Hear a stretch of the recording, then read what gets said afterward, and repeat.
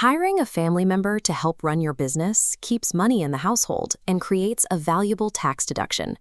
But if you handle the payroll incorrectly, that family connection becomes an immediate red flag for the Canada Revenue Agency. We are going to build a legal, audit-proof payroll setup for your family member, complete with the correct deduction configurations. Before we start, you need two things in place. The family member must perform genuine, necessary work for your business, and your business must operate out of a dedicated bank account.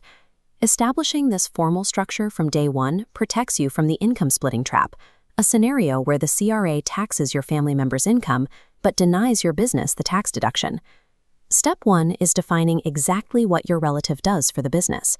The CRA uses the reasonableness test as the primary legal hurdle for deducting family wages. The test determines if the salary paid can actually be deducted as a legitimate business expense. This comparison shows how to pass the test. On the left are specific administrative duties, and on the right is a local job board posting showing a $24 per hour market rate for an administrative assistant. The core requirement of the test is that the wage you pay your relative must exactly match what you would pay a complete stranger for this identical role. You must search local job postings, document the going hourly rate for the tasks performed, and lock that specific number in as their wage.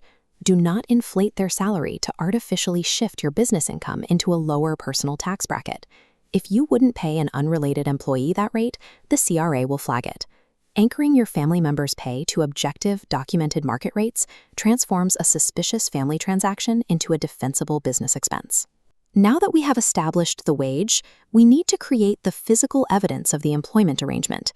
This digital folder shows the specific files you need to build a compliant employee file. You must include a written job description, a signed TD1 form, which is a standard federal and provincial tax form used to determine payroll deductions, and a formal timesheet. Implement a strict time tracking system immediately.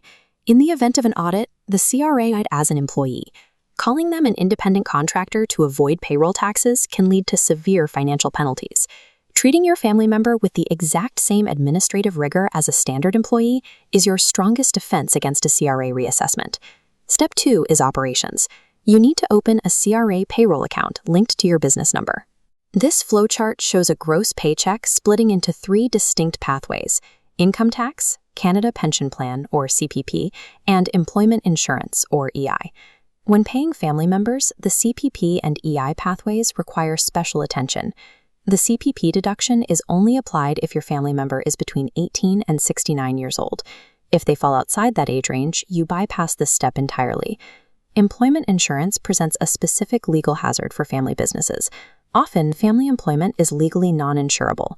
An EI exemption is triggered if the employee is related by blood, marriage, or adoption, or if you control over 40% of voting shares. Critically assess your family member's insurability. If they meet these exemption criteria, you must actively opt out of deducting EI premiums from their pay.